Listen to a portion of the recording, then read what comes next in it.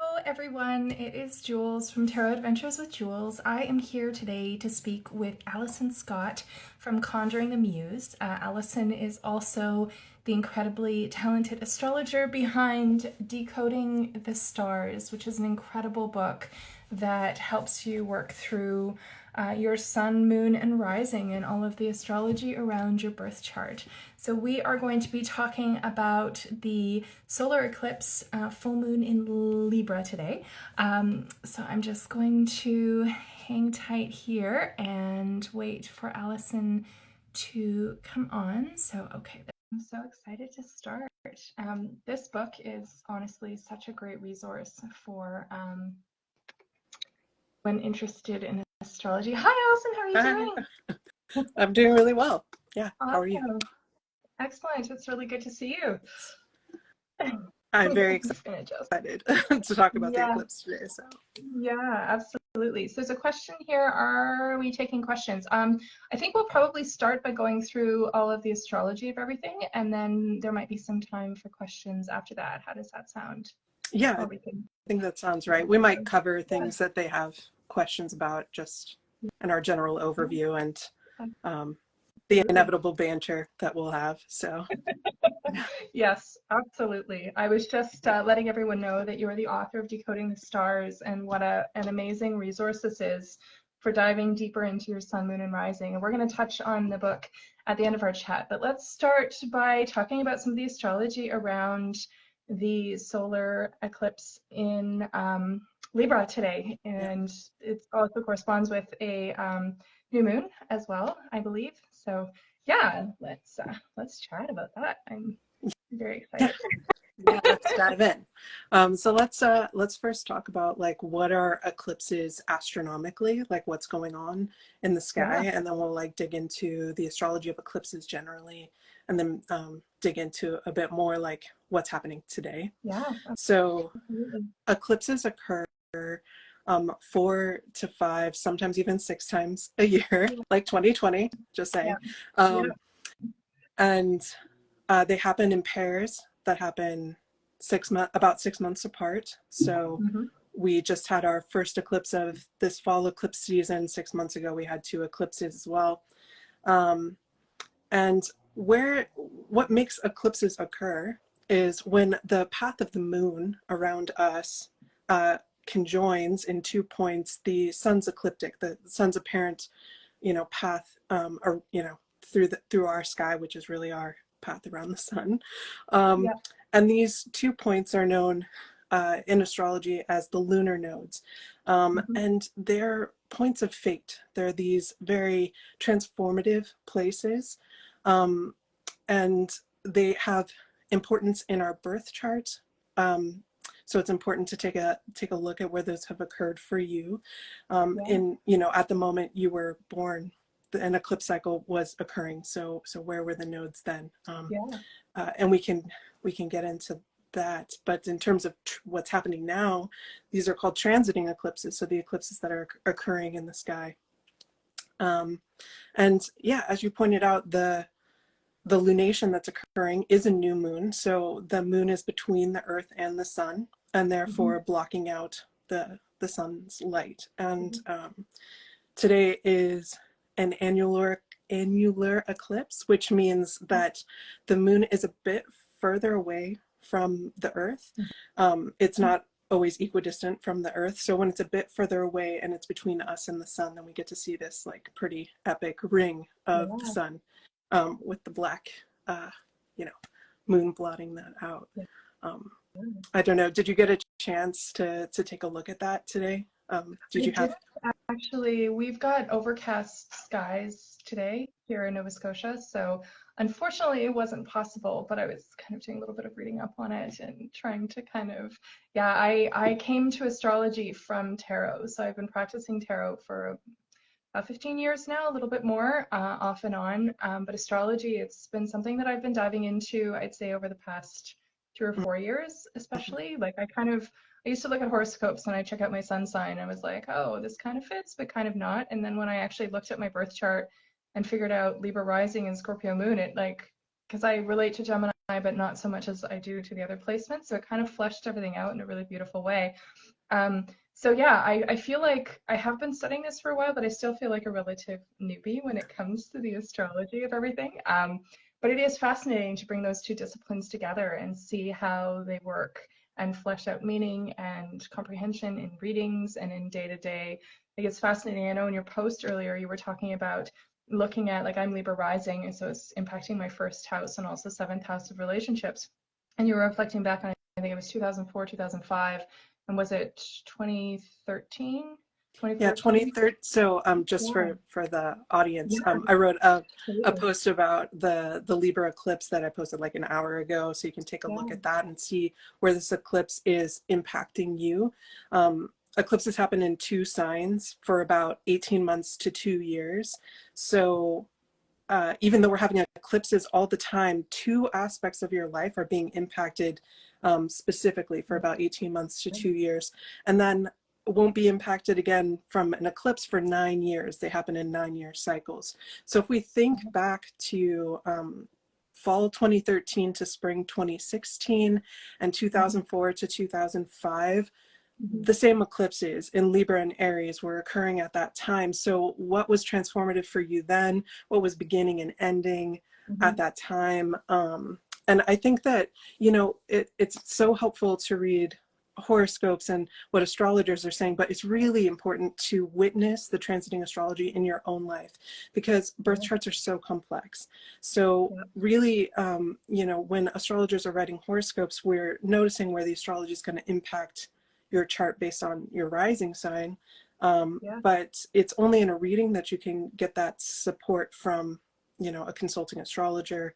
Um, but you can, the best indicator for how that astrology is going to impact you in the future is to understand how it's impacted you in the past, I think. yeah. So yeah, Jules, if you want to share, like, if you're noticing any patterns, I would love to hear that. Yeah, absolutely. I guess the thing that I noticed most, like 2004, 2005, we had just come back from teaching English in South Korea, so there was a lot of like upheaval and resettling. And then in 2014, we actually uprooted and moved across Canada. And so there's a lot of, and we're kind of looking into another big life shift now. So it's interesting to me that these big life shifts tend to happen around these cycles and with that Libra rising. And also relationship aspect too, because my partner and I, you know, these are decisions that we're making together and for us as a family, and it's like integrating what's going to work for five very different people, right? And so there, that kind of dynamic really comes into play and seems to be consistent when I'm looking back. And it's so interesting in hindsight because I'm sure I'm not alone in this, but as someone relatively new to astrology, focusing on how transits are impacting, it's so helpful to work with an astrologer because that tends to be a more complicated layer than I feel perfectly comfortable with trying to access myself. So it's really helpful getting a reading from someone like you where I can look at, okay, as an astrologer coming to this, how is this going to impact you based on the positions in your birth chart and where things are moving now, right? So yeah, it's really interesting. How about you? How is it impacting you currently? Yeah, I think the last eclipse cycle, the eclipse cycle that we're finishing, has been Yeah, really potent for me. The yeah. Taurus Scorpio eclipses. Oh So yeah. the eclipse that's happening 2 weeks from now is actually a full moon, so like a lunar eclipse in Taurus, Yeah. and that'll be the last eclipse in that Taurus Scorpio cycle. And Mhm. my natal lunar nodes are in Taurus and Scorpio, so this will be a good exemplar, I think. Yeah, Um, yeah. so what I was experiencing during the Taurus Scorpio eclipses is called a nodal return. Much like a Oh solar yeah. return Yeah. is your birthday every year, or your Saturn Mhm. return is when Saturn is back in the place it was when you were born, Yeah. astronomically and astrologically. Yeah, so when you experience a nodal return, it feels very faded, you know, really accelerated. I wonder if for you, Jules, if you have your nodes in Libra and No, I have them in Virgo and Pisces. well, I have my South Node in Pisces in my sixth house and my North Node in Virgo in my 12th house. So I'm not sure exactly when that cycle is going to come up, or I need to look at when it was last going through too and just see how that impacted things. I find for me, looking back in hindsight is often quite interesting. Like now I'm more aware of things as they're happening, but looking back over the past 20 years of my life, like when were these things happening and what was the impact? Like it's Yeah. fascinating to me to look at that and like solar return, not so much solar return, but Saturn return as well, and looking at the impact of that too is Yeah. fascinating. The Virgo Pisces eclipse cycle is the one that follows this, the Aries Yeah, Libra. So yeah. those will start, I think, next fall. Okay. Even will be the first Yeah, eclipse in Virgo or Pisces, and yeah, then continuing on for 2 years. The eclipse cycles often overlap, so we're seeing with yeah. this season there's a Libra eclipse, but we're also finishing up the Taurus Scorpio eclipse. Wow. And for me, those eclipses, just to again give an exemplar of like how this might show up for someone, Taurus Scorpio is my 10th house, fourth house, Yeah, like axis. So Taurus is my 10th house of career, and Scorpio is my fourth house of home, yeah. which can also be ancestors and parents. Mm-hmm. And 9 years ago, I got a new job and moved across the country Mm-hmm. during 10th house eclipses, very like 10th house, like big transformation, big change. And Yeah. at that time, this is going to be quite personal, actually, Yeah. because I'll be talking about my parents, but I'm okay Yeah. with sharing this. But at that time, my father experienced a heart attack, and that was like a Mm-hmm. fourth house eclipse. And I don't want to scare people with that, because there are a lot Yeah. of reasons in my chart, like things that exist in the fourth house and also in my dad's chart, that sort of, it's Mm-hmm. very interesting when you have people who are very close to you, like parent-child relationships, to see how those charts interact with each other for their Yeah, trajectories absolutely. of their life. And then this past Taurus Scorpio eclipse, I got a new job that like was a Mm-hmm. huge career change. Also, my book came out, which was a huge career change. Yeah. In my day job, I'm a book editor. Yeah. So astrology is one part of just sort of a big career change during this eclipse cycle. Yeah. And actually, my dad had a stroke and passed away I'm during this cycle. sorry. So yeah, Yeah. yeah. Yes, I've had, yes. Oh, So gosh. and I Yeah. don't want to, again, I don't want to scare people with that, but I think we Mm-hmm. like need to acknowledge that astrology covers kind of all of our life, and our Yeah, life absolutely. includes sorrow and grief, Mm-hmm. and death, and Mm-hmm. like being able to talk about that openly allows us to see how astrology can help us to accept, in a way, like the Yeah. cycles and the natural cycles, in the same way that I think tarot helps us Yeah. to accept and Absolutely. surrender to that. um, yeah. So I definitely encourage people to think back to for this eclipse cycle to 2004, 2005, and then also late 2013 to early 2016, to see how these eclipses impacted them, Yeah. and maybe to see how it'll impact them now. Absolutely. It's fascinating to look at the connections between the different cycles and through lines.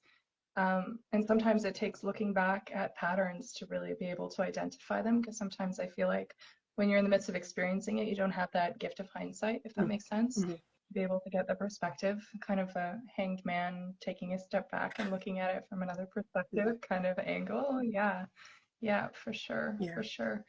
So we had talked earlier about pulling a few cards to talk about for some tarot and astrology connections yeah. with the current astrology happening. So where did you want to start with that? Because I've got my pile set up here based on what Yes. we talked about. I think you were talking about starting perhaps with the fives in tarot. I would actually like to start with the Oh, Tower.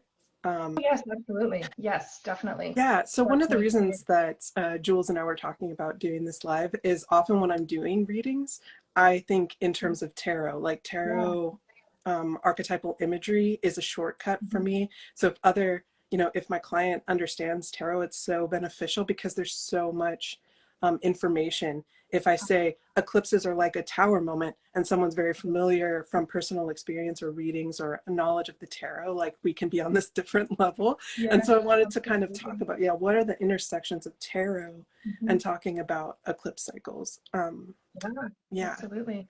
And I think Um, like the card for yeah, eclipses would be the tower card. Uh, yeah, yeah. absolutely. And Absolutely. I totally agree with like that. some imagery that I have around that card that I want to share because it's been really like nourishing for me. Like the Yeah, more familiar you become with tarot, the less afraid of the tower and the death yeah, card you become.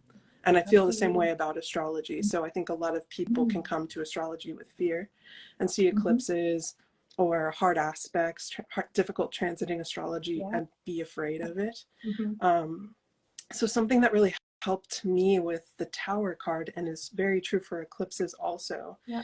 is that eclipses and tower moments are points of transformation. Yeah, They, absolutely. and I think, you know, in my personal experience and in talking with clients, I can see at eclipse moments, Mhm. um, much like the tower, they may have created an edifice in their life, a structure that Mhm. previously kept them safe, that they loved, that they built up, Mhm. but now they've kind of bricked themselves into it. Yeah, Like there is no door absolutely. on the No, tower. Like you are no, stuck not in at all. there. And the universe has probably been yelling at you for a little bit to get out of that tower. Mhm. And you're like, no, this is where I'm safe. This is where I'm comfortable. And we're Mhm. like, actually, you're starving.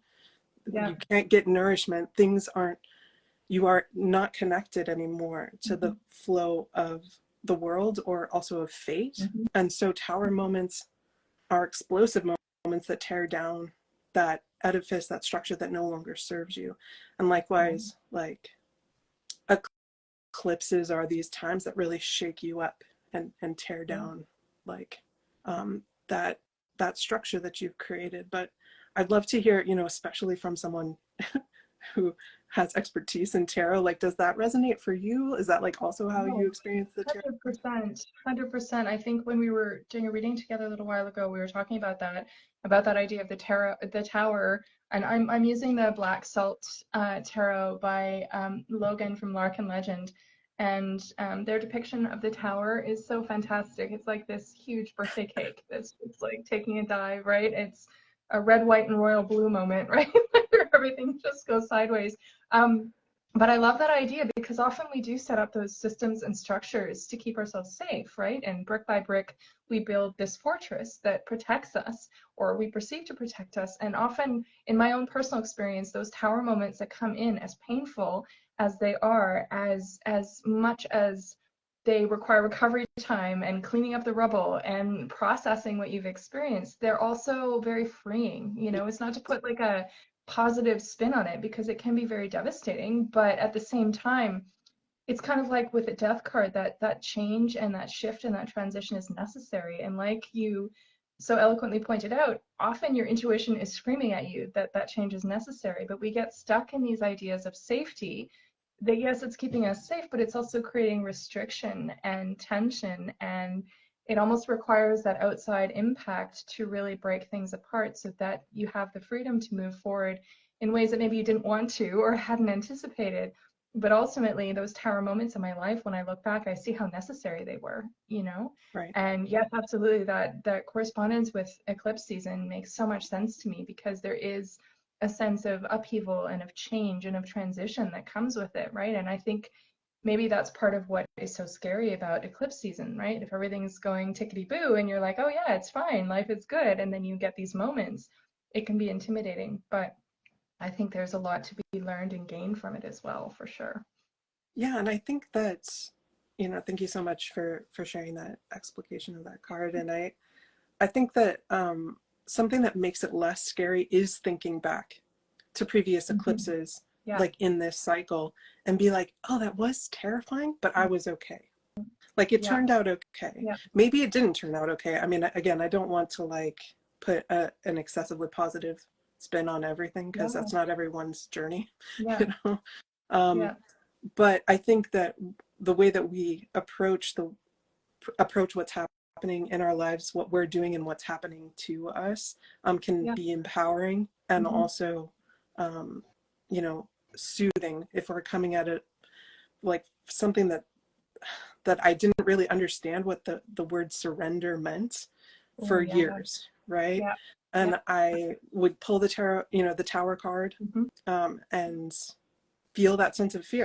Yeah. In the same way that perhaps pulling like the death card can Yep. bring up a lot Absolutely. of fear about endings or like what is going to end. But the more that I interacted with small moments of, Mm-hmm. death card, or like the death card could be a smaller Yeah. moment. A tower card is almost always Absolutely. something pretty Yes. Yeah. substantial, to be fair. Absolutely.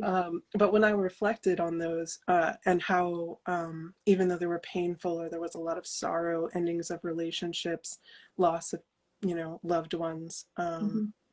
losing a job and being Mm-hmm. thrown into that turmoil, you find that you have learned something important about Mm-hmm. yourself, developed some skills. It did bring you to where you are now. And Mm-hmm. instead of coming at tower moments from a place of fear, I feel a lot of hope and like Yeah. faith in myself and the Yeah. process that I will be able to get through it. Absolutely. Um, so I like when eclipse season comes, I normally am very excited Yeah. about it. Yeah. I also experience them kind of like a vortex of fate, I like Yeah. to say, because it can be Absolutely. a preponderance of serendipity or calamity. Yes. Like you can both Yep. feel, wow, like all of these things are falling into place, bam, bam, bam. Like I've been thinking about this move for you, or like someone might have been thinking, man, I really want a different job. Like this would happen to me before Yeah. 10th house eclipse cycles, where I'm like, I have been applying Mhm. for job after job for 4 years, it feels like, and nothing really fit or Yeah. whatever. And then this last eclipse cycle, the job that I had wanted Yeah. for like a decade just showed up, and I applied, and then like within a week I had it because it was the right Right. time. And Yeah. I think like it's really hard for us to wait when we have a Mm-hmm. desire. Mm-hmm. Um, but yeah, astrology also teaches us that, everything has a season, and maybe it's Yeah. not that the Yeah. season for that change, And which is timing is so important too, and it teaches you resilience, it teaches you patience. Like I know we talked about the Hanged One card as well, and I feel like that the whole concept of timing around tarot and astrology is 100% the Hanged One. And I love this depiction of the chrysalis, right? And this whole idea, it goes along with the tower and the death card with the feeling of transformation. Like when a caterpillar goes into a chrysalis, they completely decompose and come out as something completely different. And that process takes time and patience and growth and expansion and a new perspective as well, right? But what comes out of that may not be what you had envisioned, but I don't know, in my experience, it always ends up being, even if it's not what I want, it's what I needed. And the timing of that ends up being a lot more serendipitous in hindsight. And sometimes those roadblocks come up and you're going in one direction, it's like, full stop, nope, it's not happening. You've got to take a step back, pause, reflect, and then move forward, right? But there's a lot of power in that too, right? And a lot of that idea of surrendering to your experience is, I think, very intimidating to so many of us. But there's so much growth to be had in that experience as well. right. I think it's hard to see that you're in a hanged one moment, Mm-hmm. when you're in it. It just Yeah, feels like, I think in those moments we feel the universe is against us. yeah, Um, we're like, why is everything that I'm trying not being supported? yeah, And it's because that's just the season. Like yeah, you're learning something from that, or it's not, the time isn't ripe. yeah, I would say like inaction is not going to support you generally yeah, though. Because there yeah, can be a sense like, well, if it's fated, then I'll just stay in my apartment and like never do anything. Um, yeah, but it's hard for fate to interact with you if you are not interacting with life. yeah, So I wouldn't say like, oh, I must be in a hanged one moment because things aren't coming together. It's like, yeah, no, you don't know what's going to come to fruition. Like when I say like that serendipity, like there's that vortex feeling of being pulled really quickly to a fated mm-hmm. place. Often what I've experienced is things that were seeded maybe 10 years ago, at an Mm-hmm. earlier eclipse cycle Yep, that I couldn't even have foreseen. come together in support of a goal. Yeah. You know, I for my book project, for Mm-hmm. example, I mean, I was approached out of the blue by a publisher about writing a book, but Yeah. so that was very much a like the universe came into my space. Yeah. Like I had been doing the work, like Yeah. I was putting it out there, I was Yeah. on social media, like I was doing the Yeah. work. But then a relationship, I work in book publishing, so I have like some contacts anyway, and Yeah. someone who I had contacted 10 years prior to intern for them, who's Yeah. like a literary agent, Mm-hmm. and we became friends after that. I only worked with her for a few months Yeah. during like a different eclipse cycle, also in my Yeah. passive career, and then she became my literary agent. You know, and Yeah. that seems crazy, like Yeah. that it all just sort of fell really easily together. And like the reason that I bring that up is I do think we all need to do the work. Like Yeah. I ultimately had to write that book in order for it to come Yeah. out. Absolutely. I had to set the intention to do Mm-hmm. the work that I was passionate about and ask the Mm-hmm. universe to like bless it if that was the path. Yeah. um Absolutely. Well, you look at even in Hollywood, right? Like there's these actors that are overnight sensations. Like yeah I'm thinking Pedro Pascal and all that. But the thing is, like oftentimes they're actually not. Like they've been working and grinding away at it for like yeah 10 years, I would say on average, before that big break happens and the stars finally align. But it's like even if like I'm in a Hanged Man year this year and mm, a lot of the things that I've been planning for and working towards either haven't panned out or there's been a huge pause or a bit of both, but I'm still actively investigating and researching and looking into options. And so, there's time for pause and there's time for reflection, checking in with your intuition, but there's also kind of an active meeting the universe halfway kind of movement that needs to happen in order to, you need to do the research and find out the information that you're going to need to make that step. And then that's the point at which things will come together to help you move forward when the timing is right. And you know, it can be hard to have the motivation to continue to do that when you feel like you're coming up against roadblocks. But I don't know, it's also kind of a bit of an adventure following different paths and seeing what might happen in the off chance that something you've investigated may end up panning out, right? Like it's kind of taking a different approach to it, if that makes sense, I yeah think, in some cases. and I think Yeah, remembering that you have succeeded before, that you've experienced yeah, yeah. serendipity and support before, Hmm. can help Yeah, you through those sort of trough times where yeah. whatever is getting put into place to come to fruition Hmm. in a few years is happening. Like I'll Yeah. think, oh man, I read a book 6 years Hmm. ago that didn't mean that much to me then, but like now has set me on this trajectory of learning and study that has made a huge Yeah, impact on my work yeah, and my like absolutely. worldview. And I didn't understand at the time. And yet even something like Mhm. that is so like beautiful and like beyond our comprehension, really, to understand all of the things that are working. There's Yeah. a book, what is it called? Initiated Memoir of a Witch by Amanda Yates Oh my gosh, Garcia. yes. Yeah, Oh, I read that, I want to say when it first came out, which was maybe a year and a right. half ago, 2 years. I mean, what is time anyway? I feel like my whole, I don't I know. feel in some ways I feel like I'm still back in 2019. Like my whole concept of time has shifted so much. But yes, that book is Yeah, phenomenal. I loved it so much, and it was so impactful. And I don't think I really appreciated how much until I was able to sit with it for a little bit. Like some things take time to just kind of percolate under the yeah, surface. And then looking back, you're like, oh, actually, that had a huge impact on me, more so than I necessarily perceived at the time, right? yeah. What was your experience with Well, that? she has this metaphor in it that I find really helpful, and I come back to it a lot in Hmm. moments when I'm feeling discouraged or Yeah. stagnant. And it really applies to eclipses as well. She Hmm. she talks about you know, people whose lives are very good, like very positive, they're in a Hmm. happy place, they're content, they're not doing a lot of magic, Hmm. you know, and like they maybe aren't even experiencing a lot of serendipity because Yeah. they're sort of set, like they're okay. um Yeah. but it's in moments of great tumultuousness, Hmm. like, oh, and so she would liken that to like a frozen river. Yeah. But in the moments of like most potential for change, is a lot of tumultuousness. So as that ice breaks up and the water is able to flow and things are able to be shifted around, that feels terrifying. Yeah, and again, tumultuous. But it's in those moments, it's in situations like that, that magic is possible, that serendipity is possible, that we experience fate the most. So it's when the rigidity of the tower, the rigidity of, maybe we could say, yeah, like this river of life is broken down, that we can be swiftly brought to some new place, and see things come together. And I just thought that was such a beautiful and hopeful metaphor. Absolutely. No, I totally agree with that. Yeah, that's a really powerful book, and it was really helpful for me.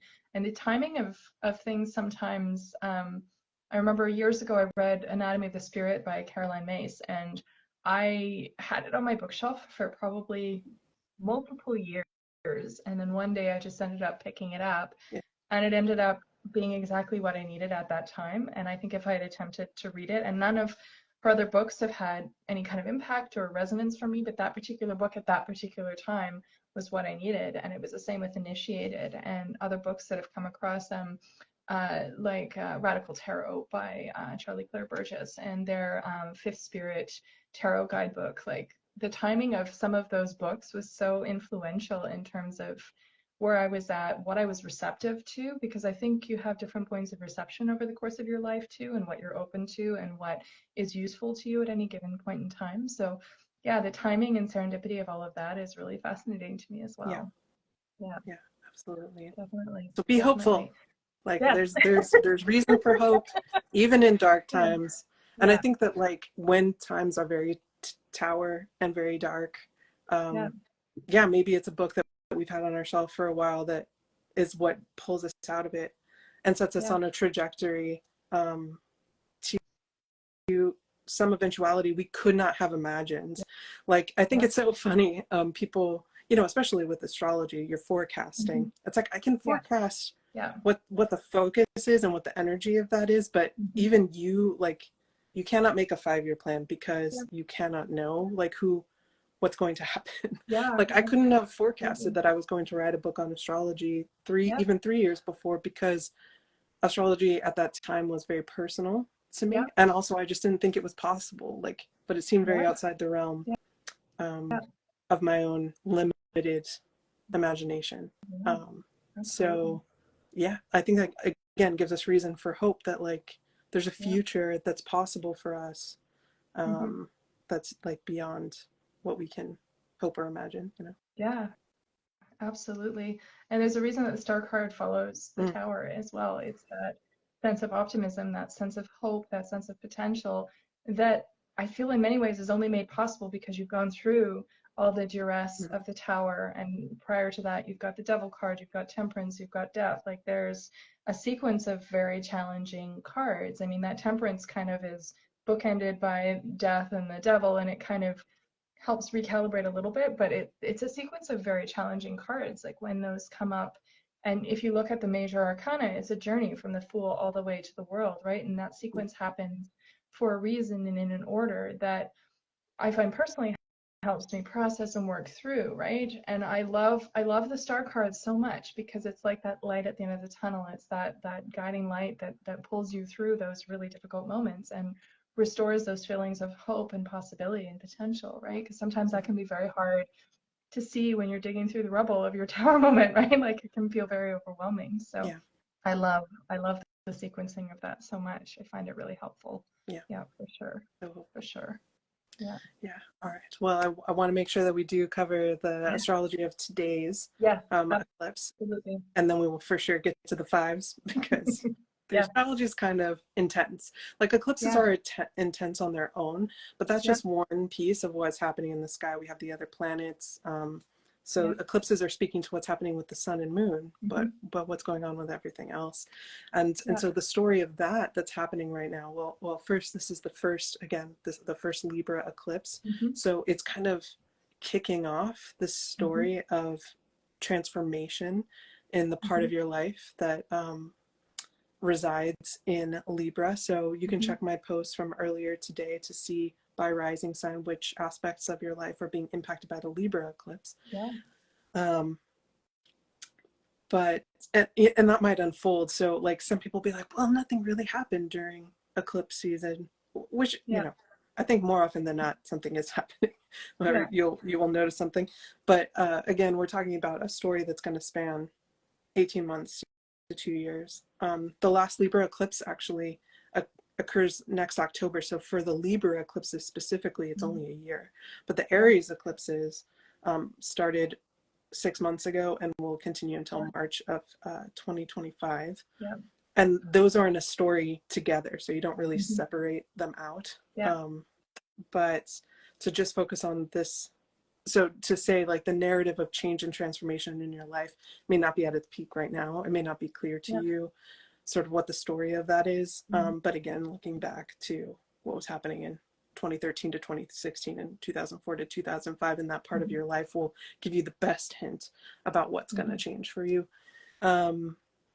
You know, what's transforming. But what other astrological influences are we experiencing right now? And I think one of the biggest ones is that on October 4th, Mars transited over the South Node, which is where this eclipse is occurring there in Libra.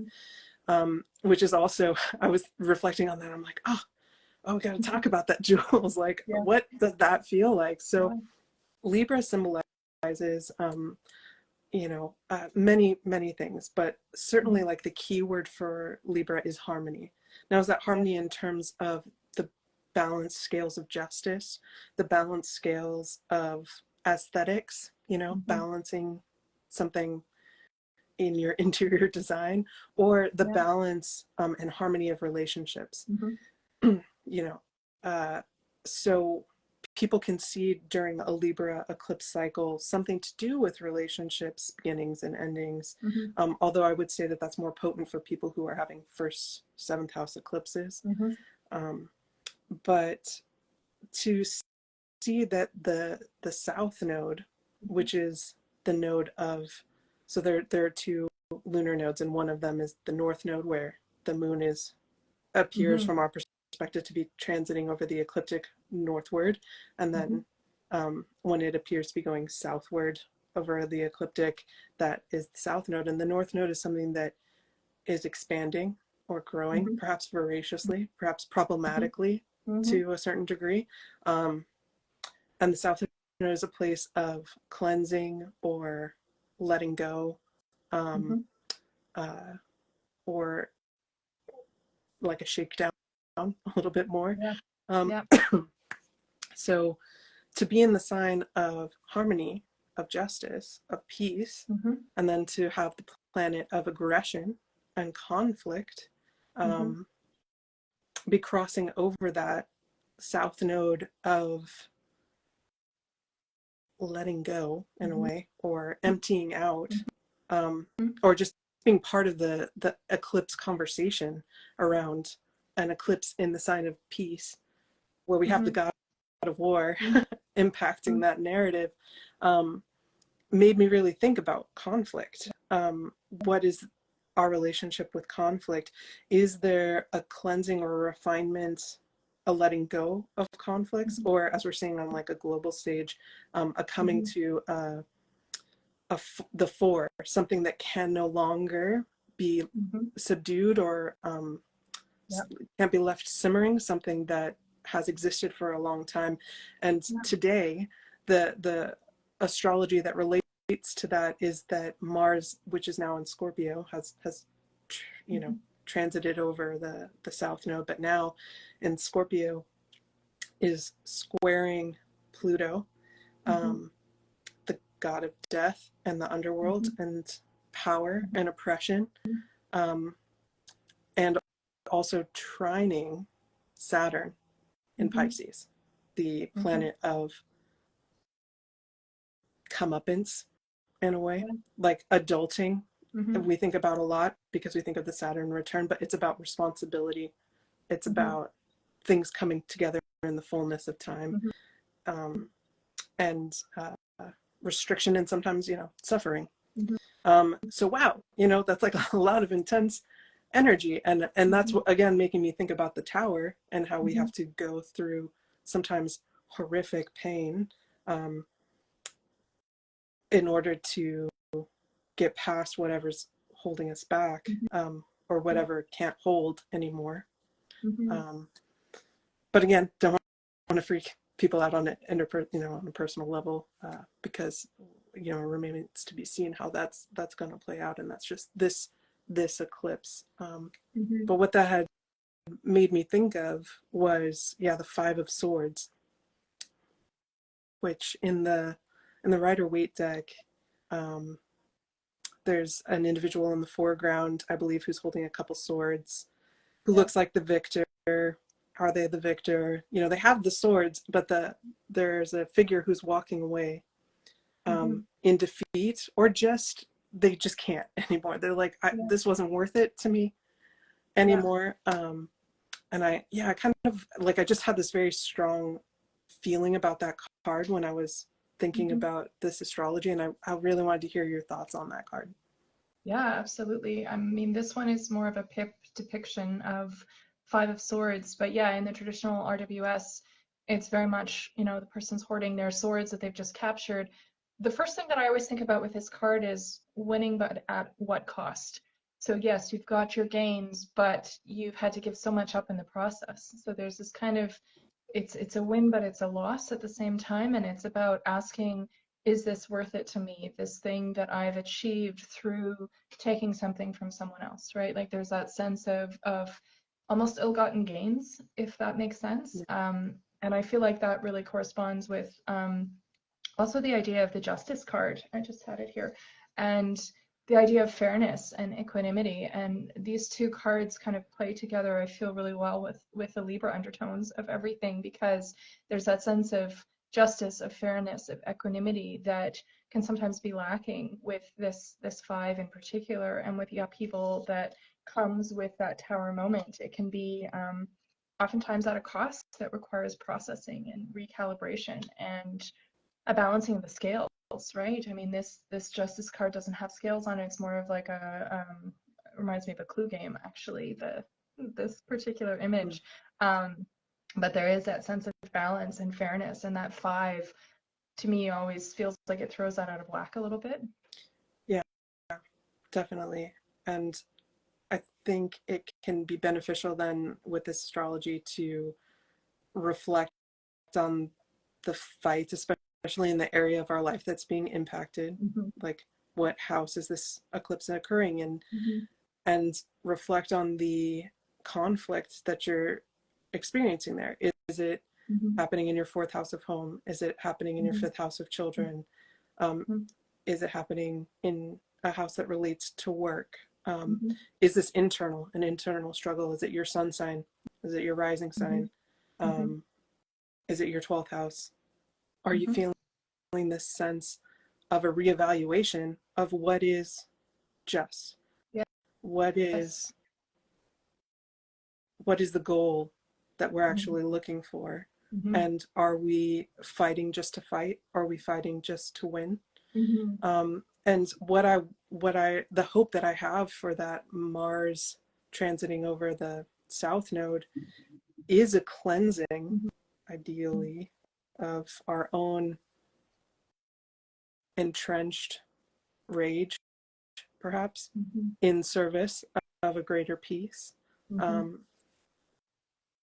Libra is a sign of the other, Libra is a sign of relationship and finding compassion and balance. And so I feel that we're being called to see Mars and aggression, maybe in more service of seeing the values of the other.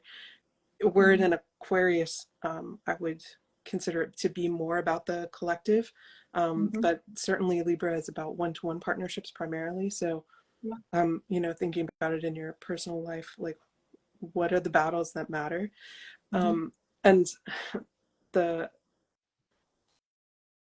not the positive spin of Aries or Mars rather, but the side of Mars that I don't think we talk about a lot is the valor, the ways in which Mars can be an advocate for those who need protecting.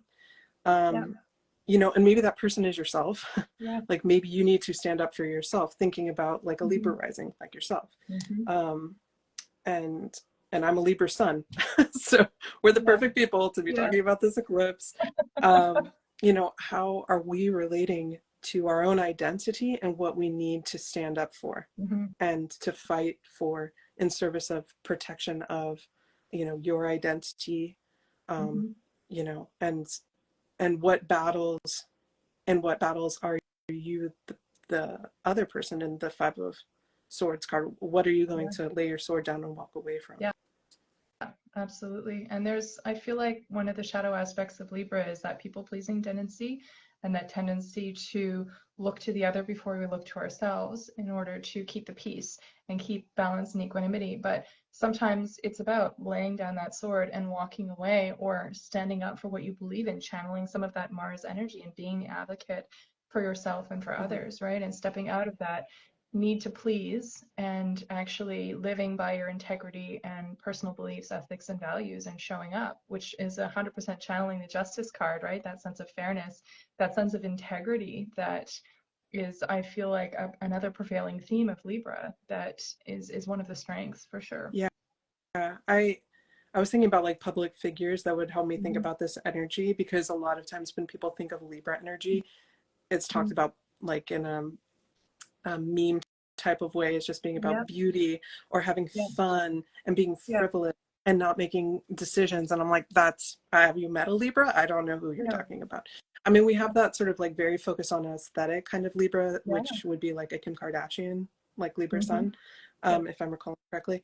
But I think about like Kamala Harris, Mm-hmm. because she is a Libra sun with an Aries moon. And her Mm. Aries moon is in the 11th house of other people in the collective. And she Yep. is a lawyer, you know. Mm-hmm. She has sought to use the justice system, Mm-hmm. very Libra. It's like Mm-hmm. air sign, Mm-hmm. um, intellectual Mm-hmm. skills with which to fight your battles. And that Mm-hmm. Aries energy that she brings with her moon in service of the collective, you know, to varying degrees, whether or not you align with like her politics. And this is, I think, an important point to make as well. Like Mm-hmm. when we're talking about justice for a Mm-hmm. person, like it's so subjective. Um, Yes, absolutely. you know, you're going to come to your own life and your hence divisiveness. If we all agreed what justice was, we would not have a war. Yeah. So, you know, I'm not trying to say that there's some agreed upon idea of justice. That's why you need to do the reflection. But that energy of being an advocate for someone else, I think, is such a beautiful expression of Mars Mm-hmm. Libra energy. Mm-hmm. And I feel like Aries, the flip side of Libra, often gets a bad rap for being the first out of the door. And there's this kind of idea of Aries being selfish because they're always front in line. But I read something a little while ago that really transformed how I see that. Aries is first in line because they're protective of the people behind Mm-hmm. them. And there's a sense of advocacy with that particular sign as well that I think often gets neglected. And so, yes, Aries is focused more on the self and independence and self-sufficiency, but it's also often done in service of others too. So there's that component of it that is kind of, I feel, more of a balanced perspective on that particular sign as well. Yeah, Yeah. absolutely. Like Aries energy enables all of us, because Mm-hmm. we all have all 12 signs in our chart, Yeah. to show where that initiatory energy is, and we need that to Mm-hmm. like get off the couch. Um, Mm-hmm. and Libra also actually is a cardinal sign, though, so Yeah. isn't necessarily Absolutely. being held back, Mm-hmm. but can have some of that analysis paralysis of trying to say Mm-hmm. like, I'm not sure where we need to go because I'm trying to evaluate what peace is, and Mars sometimes does Mm-hmm. not wait, you know, what justice is. And Mm-hmm. maybe like Aries is an energy that's like, I know what justice is and I'm gonna go, but like Mm-hmm. that doesn't always mean just for themselves. Mm-hmm. Yeah, it is who they are protecting, it is who they're advocating for. um Yeah. I think, yeah, we need to have a more expansive understanding Yeah. of how Aries sits, that's less punitive and less like you're a baby, you know, Yeah. like you're Yeah. you're immature, because I think like with all of the signs, there's sort of an immature expression of them and then a more mature expression of them. And, you know, we can Absolutely. just sort of try to strive for something that's a bit more mature and supportive of ourselves and our well-being, but also that of the collective. Mm-hmm. Absolutely. Yeah. No, for sure. And yeah, we were talking referencing death a little bit earlier too, and I think that that's a really interesting card to kind of dialogue about as well, as it relates to the Tower card, as it relates to justice, as it relates to the power of letting go, right? Like there's a lot to be said about that through eclipse cycles too, because sometimes it's what you're forced to do. You may not want to, but um, I used to really worry about getting the death card in a pull because I'd feel like, you know, there's that whole like in Sabrina, the Teenage Witch, or like in a lot of pop culture references, if you pull the death card rather, someone's gonna die, right? And it's I always worried too, not just about that, but about the lack that comes, like when you let go, it leaves this gaping hole. But now I've come to understand that it leaves space for something new to enter. It's not like it's this absence that's always going to be there. I mean, there's grief associated with loss, but it does also create space for something else to come in. And I think that that's sometimes a really helpful perspective for that as well through eclipse season Yeah. too, right? Yeah, I don't think that we in the West have a very healthy relationship with death Mm-mm, or not at all. endings. We don't face it. We hide it away. We put Yeah, it in nursing homes. You know, and this is, you know, an American perspective, yeah, especially because our yeah, healthcare system is pretty um, yeah, challenging in terms of elder yeah. care. Um, That's true in a lot of ways in yeah, Canada as well. and I've really been encouraged, especially going through the loss of my father this year, by Mm-hmm. having met some death doulas, Yeah. like people who are engaging and bringing back ritual and understanding and creating space Mm-hmm. for grief. Mm-hmm. Um, you know, I think that the more that we engage with endings, the death card, Mm-hmm. symbolism, ritual, astrology that can help us to understand cycles. Thinking Mm-hmm. about, yeah, witchcraft and the wheel of the year and how we can Mm-hmm. mark time and understand that death and rebirth are Mm-hmm. natural, they Mm-hmm. are inevitable, Mm-hmm. um, and grief is wonderful even as it's painful.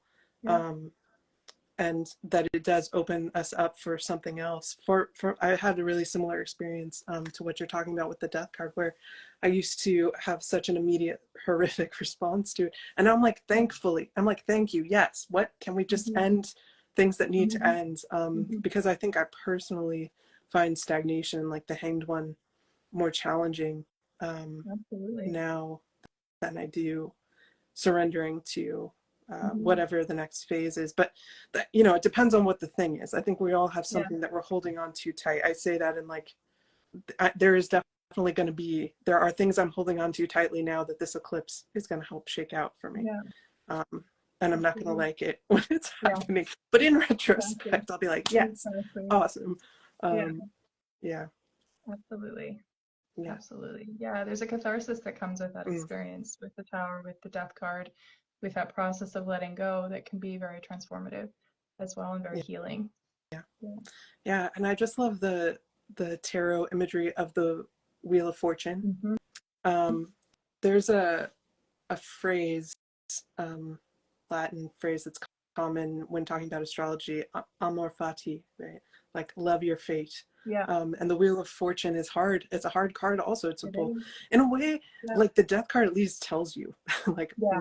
something's going to end. There's going to be a transformation. There's a Yeah. journey that's happening. Yeah. With the Wheel of Fortune, you're just like, oh, you know, it's more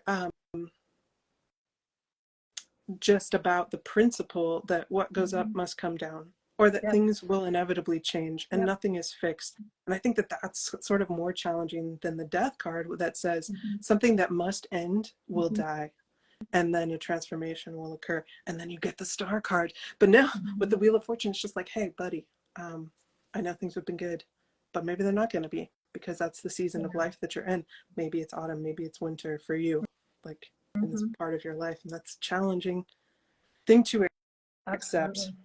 Yeah. Absolutely.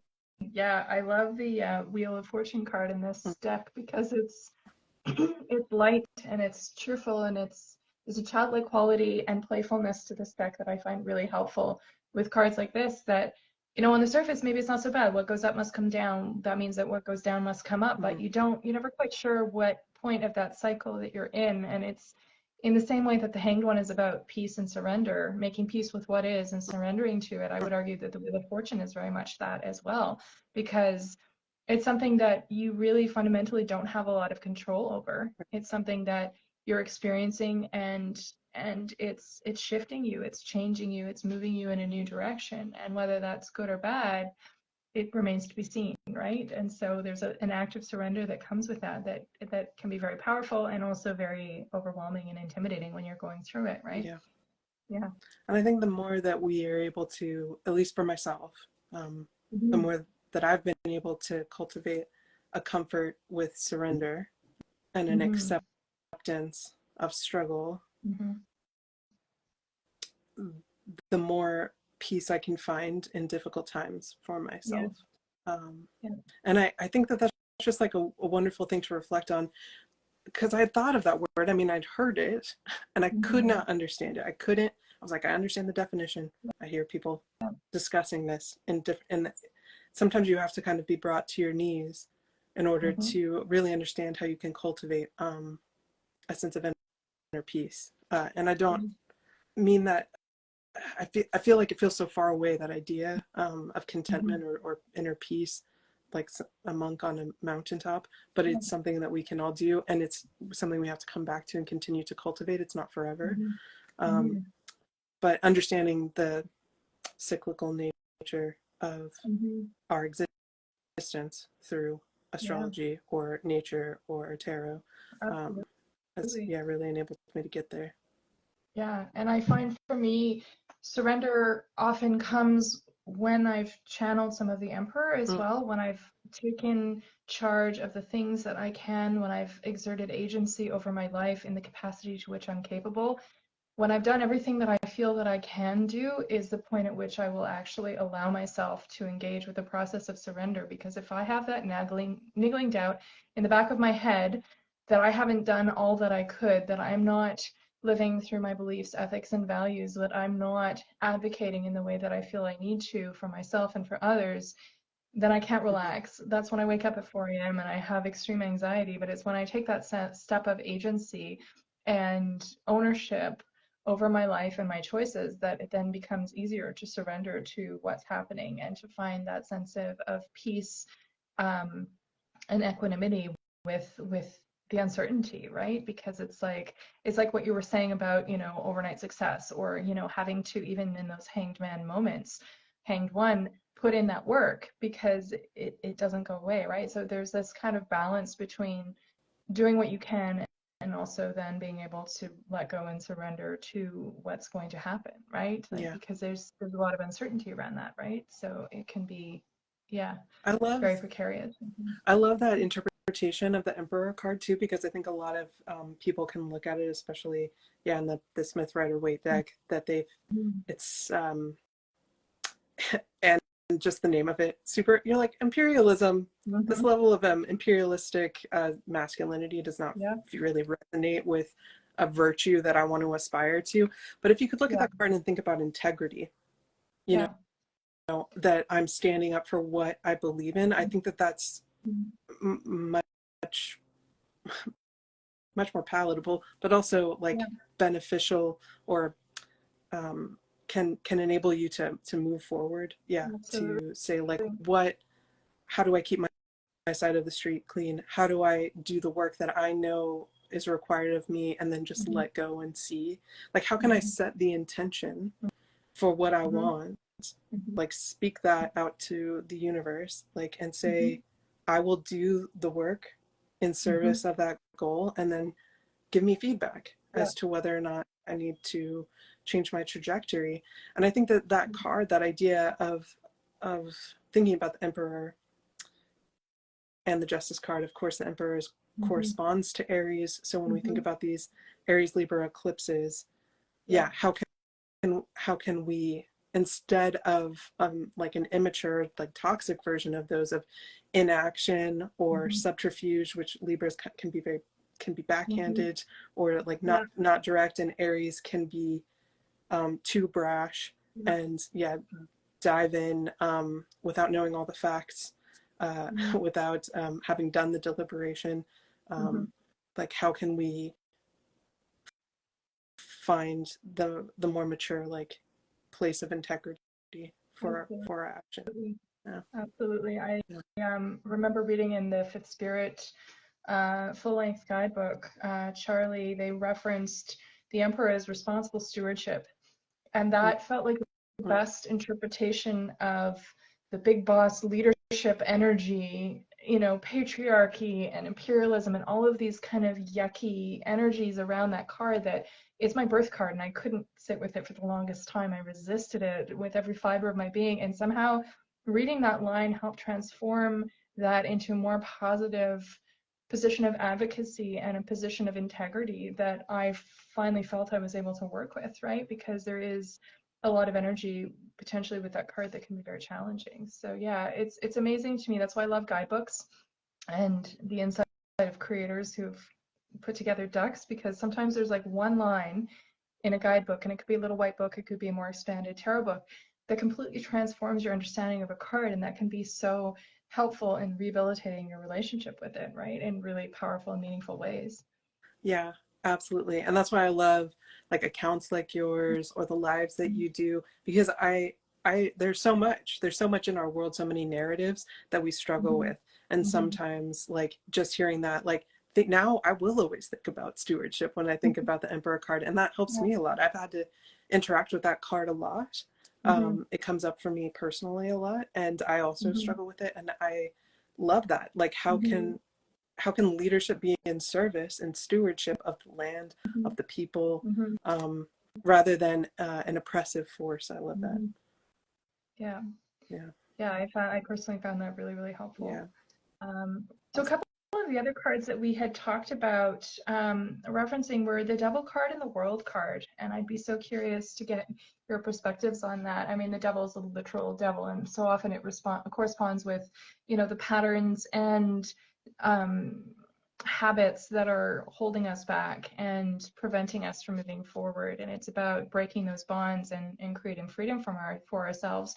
But I'm a big advocate that every card in the tarot has multi-facets to it. It's not one thing or the other. And so I've pulled this card a few times in the last little while where it felt more like an advocating for pleasure, finding those things that light you up, that fill you up. And so I'd love to get your perspective on how the devil factors into the eclipse season cycles and what that energy can look like, and how we can use that as a transformative force that helps empower us, I guess.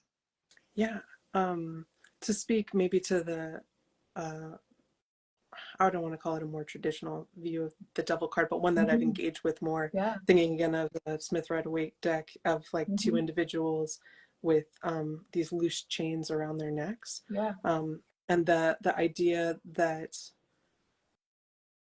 some sort of proclivity, addiction, behavior, something that you are doing that you have control of has now imprisoned you. You know, and I think that aligns really closely with the Tower card. It precedes, if I'm remembering correctly, the Devil card precedes the Tower. Yeah, absolutely. So there's like a reckoning with the way that your life has been constructed. What's interesting about like eclipse moments is sometimes what's being torn down is something, I think this happens a lot really, is something that you've internalized from your parents or from society. There's some sort of idea of worldview that needs to be destroyed because it's literally imprisoning you, either in the Tower or it's in chain, you know, you're in chains, you are being harmed by something that lives within you. Sometimes it's a bit more external, right? Like, I think, eclipse is in the 7th house. If yet that relationship isn't meant to make it, it's not going to make it through that eclipse cycle.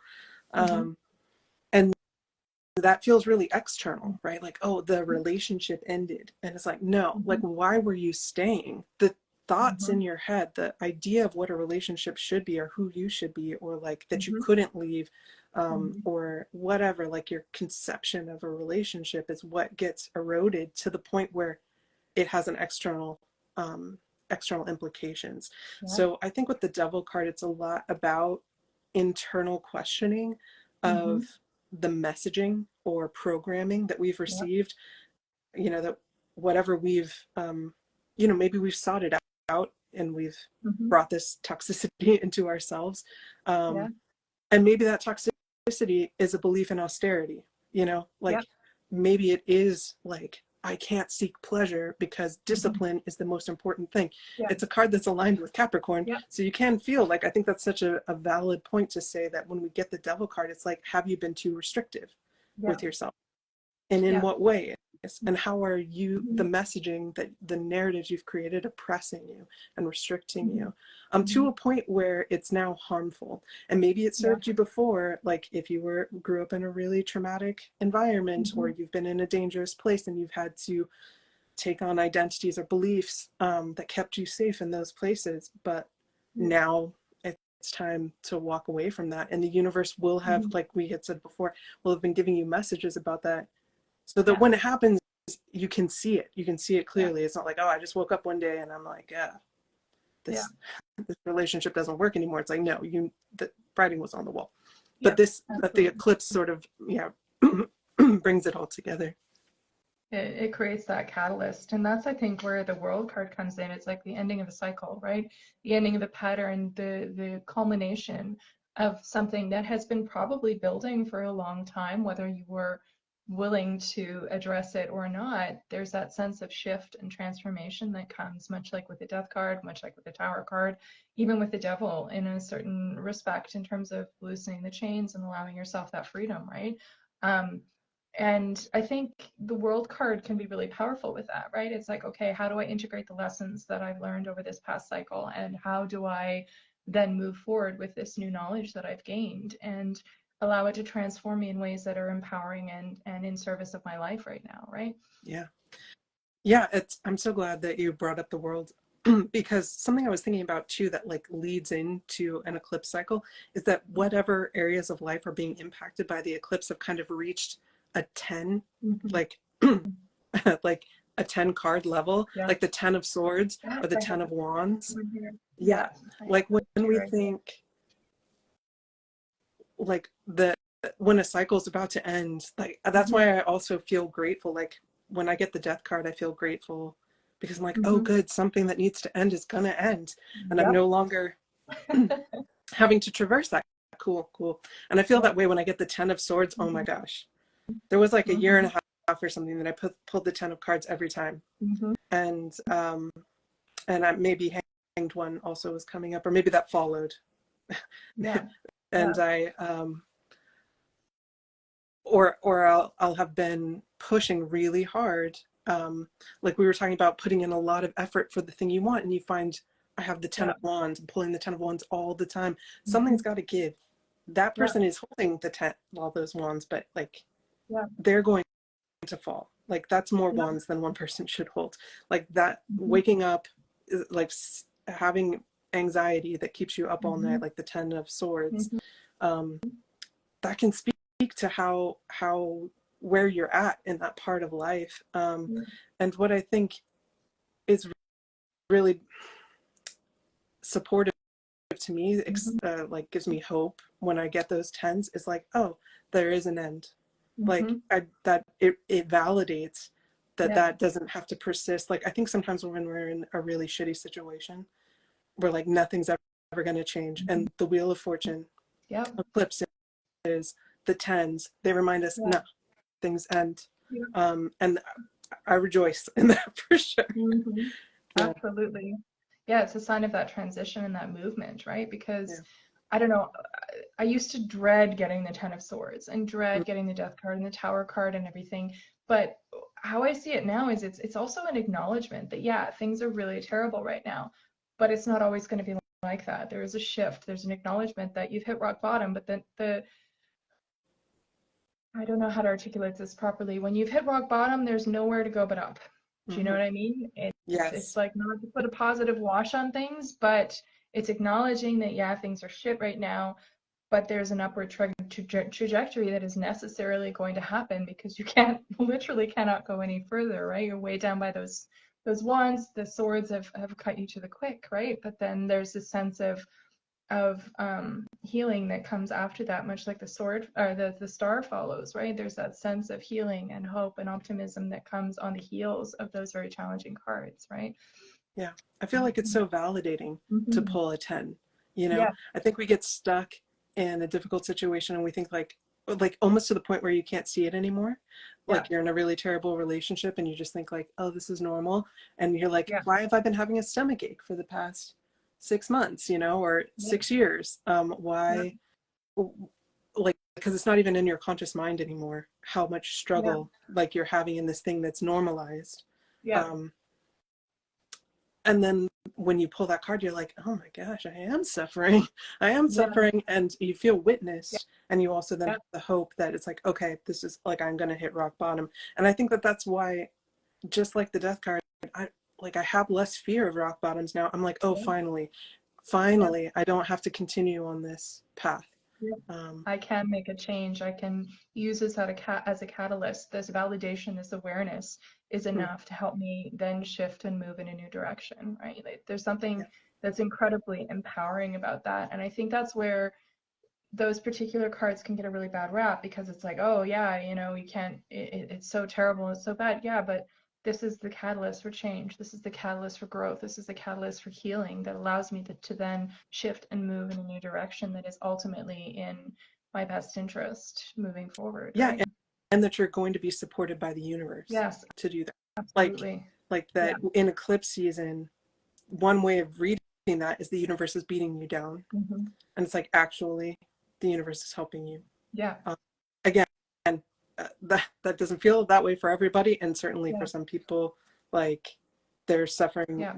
real injustices Yes, absolutely. and violence. Yeah. And so I don't mean to minimize that. No. Uh, like especially not on like a global scale, that's not how eclipses No. feel.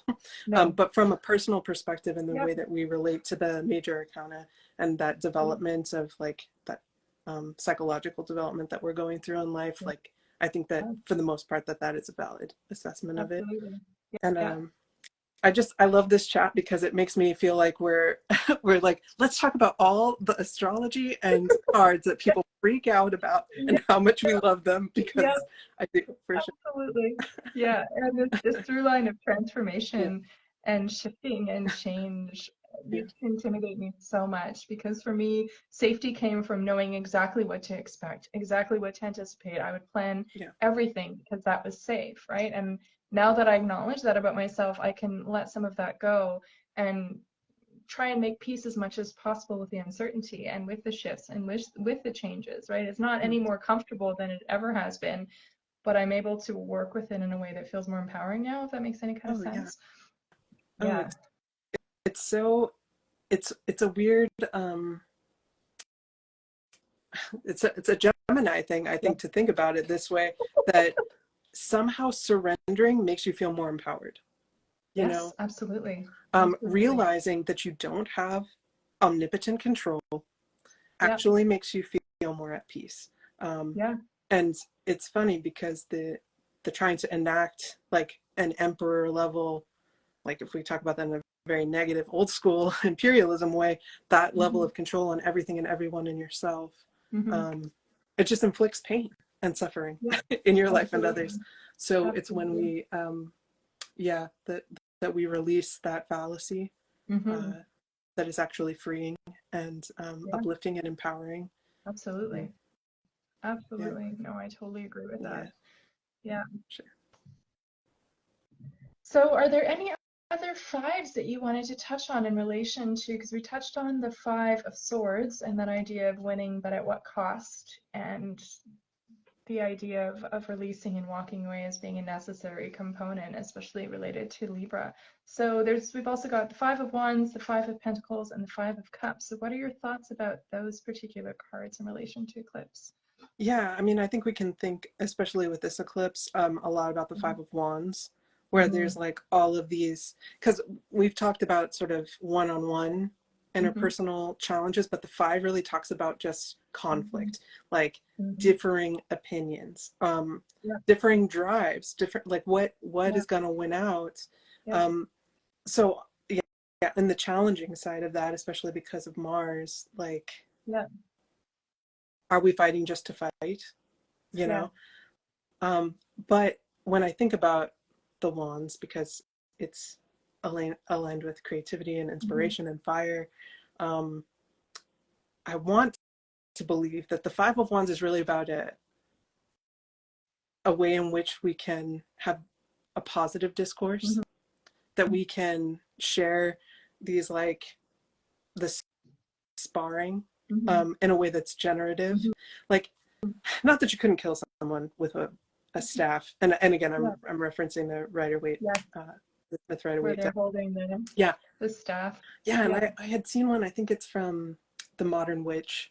I think I really like that one. It's so beautiful. Where these people are fighting with their staffs, but it doesn't look like anyone's going for a killing blow. This isn't swords, you know. So so what's generative and inspirational about disagreement? So I think that could be like a more generative. There's a potential for resolution at the end of it that can be, again, with that theme of transformation and evolution and new understanding, right? Because we're privy to new information all the time. So sometimes that can put us in states of conflict with others and conflict with ourselves, because it's a shift in perspective that maybe we hadn't anticipated, but ultimately at the end of integrating that, there's a new understanding and a new way forward, right?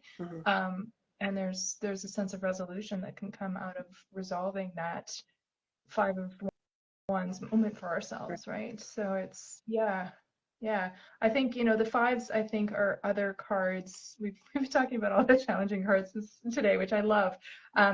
They're not easy cards. Like, 5s are about conflict with ourselves or with others, conflict with integrity with the 5 of Swords, conflict with thought patterns or discourse or engagement with others. I mean, 5 of Cups is all about grief and loss. And then you've got the 5 of Pentacles, which is the lack card, right? In the RWS, you have someone sitting in front of often depicted in front of a church, and there's an open door behind them, but it's about that process of being able to reach out and ask for the help that you need. There's kind of comfort in that card, in that the resources that you need are available, but it's figuring out what that is for you and how to ask for it too, right? Because I think for a lot of people, that concept of asking for help and reaching out for what you need can be really hard. And sometimes those resources simply aren't available, and that can be devastating also, right? But yeah, there's that underlying theme of conflict that makes the 5s really challenging when they show up in a spread, right? Yeah, I think the 5 of Cups to, like, really rounds it out, since when I think of that card, I often, and I think it is called this maybe in the Thoth deck, the grief card. Yeah, absolutely. Yeah. And when we think about South Node eclipses, or really any eclipse, grief is just going to be part of that. Like, what is it that we've lost? And often that card is depicted with a figure who's looking at 3 spilt cups, but there are 2 filled cups behind them that they cannot see. And what I think about, what I've heard about it as well in great readings, is just that, even in moments of grief, like, what gifts, what nourishment, are we not aware that we already possess? And I think in loss, and thinking about literal death, like something I'm dealing with, that grieving period, is in what ways, like, can I witness, especially thinking about the cups, and emotional support and emotional connection and love, like, what love do I have? What love did I have that grief speaks to, that grief is a residual or a result of a filled cup. I think, like, and again, not to always try to put a positive spin on something that is challenging, But I think what we're trying to talk about, like in this whole discussion, Yeah. is that life is full of challenge, and we're Mm-hmm. dealing with challenge all of the time in Yeah. different parts of our lives, and that's going to come to a Mm-hmm. head, and there will be endings and there will be grief. So what are the ways in which we can engage with that without being Mm-hmm. destroyed by it, Yeah. you know? Or dismissing Yeah, it and feeling that our feelings are not valid because everything is supposed to be good or happy or light. It's like that love and light fallacy that, everything's supposed to be wonderful all the time. So if it's not, then you must be doing something wrong, right? right. Like, I think the acknowledgement of difficult cards is really important because it validates that, yes, your experiences and your feelings are difficult and they are challenging, and there's a validity to that that can be really helpful, right? It's challenging, but there's support there. Do you know what I mean? Yeah, and I feel like tarot and Mhm. astrology for me, and tarot Mhm. later, and tarot for you Mhm. first, and Yeah. astrology for you later. Um, I think it's inevitable for a lot of people Yeah. engaged in that work, our Yeah. work, is that it provides a story, it Yes. provides a ritual, Mhm. and a language with Mhm. which to grapple Mhm. with challenge and grief and loss Yeah. and pain, Yeah. um, in ways that our society doesn't provide. Now, like, Yeah. I think that's what a space that religion is trying to fill. But I think Mhm. a lot of us who find ourselves in like a different vein of spirituality, one that Yeah. accepts and engages with like astrology or witchcraft or tarot, Mhm. that we're trying to find um, a spirituality Mhm. that sees women, Mhm. that has a place for women, that has a Mhm. place for queer folk, that has Mhm. a place for those who've been marginalized Yeah. by the major religions. And then we Mhm. had, like,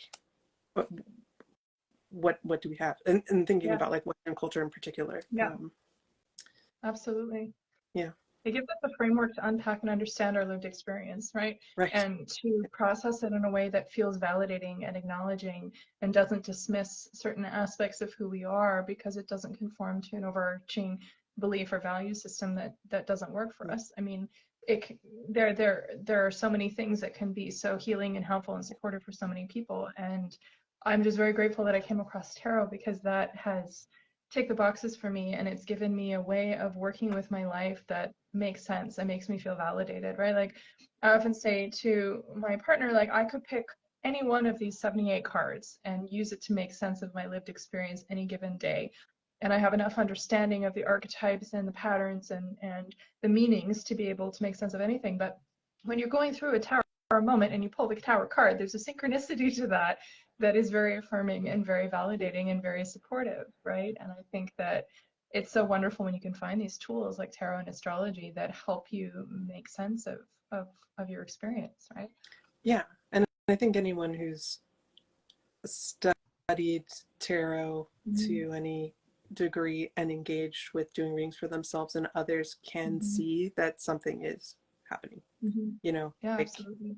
it's not like I hear what you're saying, and like, if I've definitely had people be like, Allison, like, are you going to look back and be like, why did I spend all this time and Mm-hmm. money and effort to learn astrology and like do this, and like, Mm-hmm. or tarot, for example. Yeah. And I'm like, even if none of that is real, like, Yeah. and we just treat tarot like a Rorschach test that tells us more Yeah. about ourselves and our interpretation of it, that's valuable to me. Yeah. um yeah, Absolutely. for sure. Absolutely. But No, I yeah, 100% I'm agree with that because there is a lot of kind of discourse and questioning of validity around astrology and tarot, right? But if it is something that works to help support you with the experience that you're having, then absolutely there's validity in that, right? Like, it doesn't have to be quantifiably um, evidentially based, peer reviewed in order to have validity in your life. And I think, what is a spiritual practice? A spiritual practice is us as human beings trying to make sense of our world, right? And make sense of ourselves and where we fit in it. And so I think there's a lot to be said for finding the tools and techniques, whether it's astrology, whether it's tarot, whether it's organized religion, that fits for you and makes you feel like you can show up fully as yourself, right? yeah, and I think that we can see with the growth in astrology and tarot over the last like Mm-hmm. 10 years especially, um Yeah. maybe especially since 2017 or so. Like I think Yeah. there was a really big uptick, and it's because I think the archetypal imagery and narratives tap into something that feels very true, that we Yeah. find the practices to be nourishing. And there are Mhm. so many people in this space who are driven by a desire for compassion for themselves and others. Yes, And I think absolutely. that that through line, Absolutely. um, Libra, yeah, here Yeah. we go, compassion, compassion for others, compassion Yes. for ourselves. Um, Yeah. that we're not finding that in the other narratives that are available to us, and they're Yeah. not empowering. Yeah.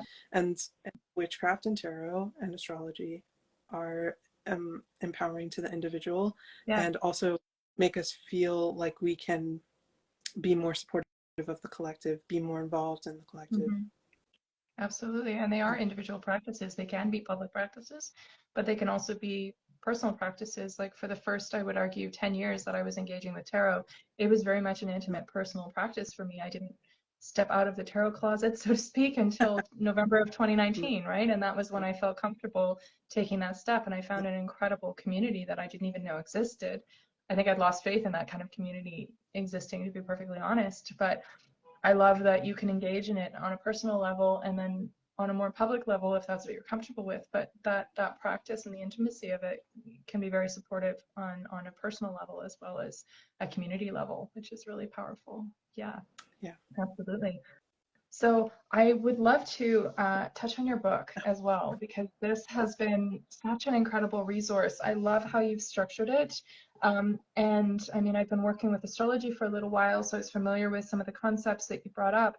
But it's really helpful because it functions as information, but also as a workbook. So you can go through your birth chart and then map out, what your sun sign is, what your rising sign is, what your moon sign is, and look at that in conjunction with each other and see how that fleshes out your experience and your sense of self and identity. Like I think I mentioned earlier that, my sun sign is in Gemini, and there's aspects of that that fit with me, and there's aspects that absolutely don't. Like I am not flaky. I'm true blue to a fault. Like I'm very, those are more kind of Libra tendencies, right? And then there's my Scorpio moon that shows up in my life in a really big way. And so it wasn't until I unpacked my birth chart that I actually understood myself more fully. And I love that your book is such a great tool for unpacking that, whether you're new to astrology or whether you are a more seasoned astrologer. I feel like it's applicable to kind of all stages of engagement with the practice of astrology. So yeah, what I know you talked a little bit about your experience of working with the writing of the book and the publishing, but what was your intention, I guess, with this book when you set out to write it? What were you hoping that folks would take from it? Yeah. Thank you so much for those kind words. Also, it means a lot. And I love that that book is actually, I think, what brought us together in the first Yeah, place. So absolutely. Yeah, it was. I'm grateful for the connections Yeah. that I've made through it. And yeah, I just love this community. Mhm. I love the spiritual community that we have, and that Mhm. social media enables us to connect. With the book, what I was hoping to achieve, because a majority of the book is focused on the sun, moon, and rising, and people are like, Mhm. "Thank you, Allison. I know what my, I know what that means." Like, um, is it too basic? But what I was trying to focus on is not just thinking about the sun, moon, and rising as a way of understanding ourselves more clearly. I mean, Mhm. that is the foundation of it. Mhm. But it isn't just to say, "Oh, I'm a Libra, so I like Mhm. pretty stuff," or like, Mhm. "Oh, I'm a Cap moon, so like that makes me rigid in certain Mhm. ways," or "I prefer structure," or "Oh, my moon is in like the fourth house, so being in my Mhm. home and connecting with my family is very critical to me."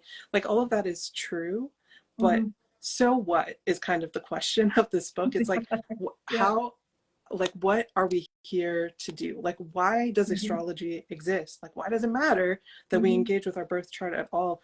Because, and so the foundation of the book is the, like, an intrinsic value in astrology that you were born Mhm. for a reason.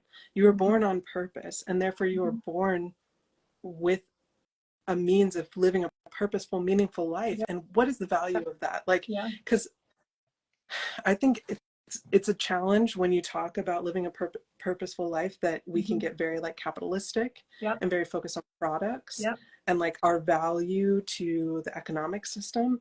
And even I Mm-hmm. fall into that a lot, because we spend the majority of our time trying to earn money to pay for our living. Absolutely. So this book is focused a lot on traditional work and career, Mm-hmm. and interpreting the sun, moon, and rising, and the houses of substance, which are the second, Yeah. sixth, and 10th houses, Mm-hmm. to better understand what work and work environments are going to be the Mm-hmm. most authentic expression of our birth chart, Yeah, of our true nature, absolutely. um, so that we can feel fulfilled. That Mm-hmm. purposeful living is a gift we give ourselves. Yeah, It's a absolutely. fulfillment of what's sometimes called like the promise of our birth chart. Mm-hmm. Um, and that it's also something that we're meant to be here for, to give to the collective, like Mm-hmm. that in service and a positive contribution to the collective, and not specifically economic, Mm-hmm. but in how we like engage collectively in support of one another. Yeah, absolutely. I love that so much. Yeah, it's been a great resource, and I've referenced it a lot with friends who are interested in unpacking their birth chart and exploring it a little more fully. And I love that you touch on the houses of substance, because I have a ton of books on astrology, but that's not something that I've encountered very much, and it was really helpful for me to be able to kind of reframe how things were showing up in my chart and how that was impacting my life, both in past and present. And that was really helpful. And I love, like I said, that it's a workbook, so you can.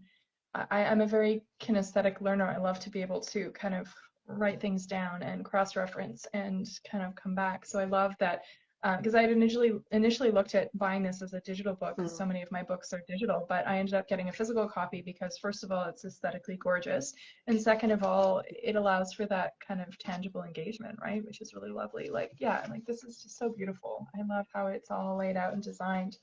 Yeah, the Um, publisher did an amazing job. They made it absolutely gorgeous. yeah, And yeah, beautiful. like the same with like looking at past transits to Mm-hmm. understand how future transits like that are going Mm-hmm. to impact you. It's not enough to tell someone like you're a Gemini sun, Mm-hmm. so you are both enlivened by curiosity and dialogue and a multiplicity of interests. Mm-hmm. um, but that's also what you shine into the world, Mm-hmm. like that's the life-giving energy, like the sun, that Mm-hmm. you shine into the collective. Okay, so that's step one. We Mm-hmm. like can consider that aspect. Does that resonate? And like, how do we unpack the ways in which that resonates, and how Mm-hmm. has that shown up in our life in a way that I could feel a sense of flow, that I Yeah. felt a sense of fatedness or belonging or joy. Mm-hmm. And Mm-hmm. then again, the book focuses specifically on like a purposeful life, so often in a Yeah. work environment, but this can also be in your family and your Mm-hmm. volunteering, and the way you spend your time Mm-hmm. by yourself, like Yeah, just hobbies. absolutely. uh, What lights you up? yeah, so the questions were really trying to help people reflect on their own life, to see how does this show up for you realistically, and how can you use that information to make choices going forward. Like, I think Mm-hmm. in the introduction I write about, our lives are not going to feel in flow all the time. That would be crazy. Yeah. Like, Yeah. time wouldn't exist, and we Yeah. experience flow in different ways that are, combative with each other. Mm-hmm. The ways in which we feel in flow with our family take us Mm-hmm. away from the ways in which we are in flow in terms of our creative outlets, and Yeah, we have to make absolutely. time and pacing for each of those, right? Mm-hmm. um,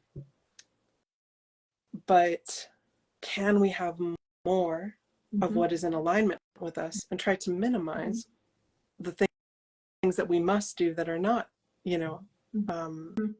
most in line with our true nature, and Yeah. sort of refine that over time. Yeah. I love that so much. Yeah, it's such a fantastic resource. I just checked the time, and I think we've been on here for like an hour and a half, which is so fabulous. But I could talk to you for hours. It's amazing. Um, but I should probably go tend to my Yeah. kids and get dinner sorted and all of those things. But I did want to touch base on where folks can find you. You have your website, Conjuring the Muse, and you have horoscopes on there, I believe, and bookings for readings and some information on your book. And there's also Conjuring the Muse here. Is there anywhere else that you would like to direct folks to be able to follow your work? Um, no, I think that covers it. Instagram, my website, Conjuring the Muse. As you said, you can book a reading with me. Mhm. And yeah, check out my book, Decoding the Stars. You can find out more about that from my Instagram page or Awesome. I oh, love it cool. so much. Like, I know with the foil. so fabulous. Oh, Yeah, and I would say also that there are a number of resources on my horoscopes tab. There are mhm. some other blog posts like how to pull your chart for free. So if you go to like my link tree on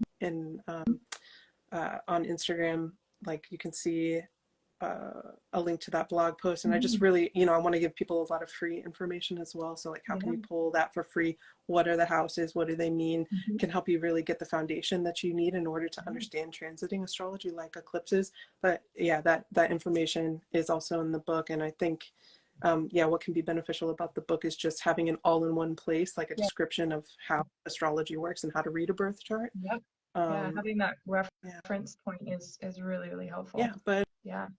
come hang out on Instagram, Yeah. give me a chat. Like, yeah, that's where Absolutely. I'm at. Absolutely.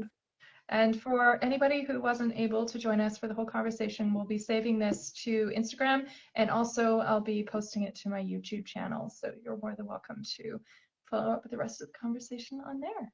Yeah, So yeah, thank you so much for joining me. This was an absolute pleasure as always. I yeah, love anytime we have a chance to chat. It's always such a treat. So thank you very much. yes. This was wonderful. That was so great, and thank you so much. And I was just so impressed with your reading as a Oh, thank tarot you. reader. That has been so impactful to me. So I'm looking forward to my Thank you. next reading with you, I'm sure. And Oh, this was just so awesome. I'm glad that I got to take an hour and a yeah. half of your time Oh my to God. talk about all the difficult cards. Yeah, like I said, I could talk to you for another couple hours. This was so fun Yeah, and so lovely, and it's so fantastic when you meet up with somebody who has the same passions and engagement, and yeah. it's lovely. Truly such a treat. Yeah, wonderful. Well, I hope you have a wonderful rest of the Thank weekend. you. Yes. Happy eclipse. And happy eclipse. Okay, take care. Bye. Bye.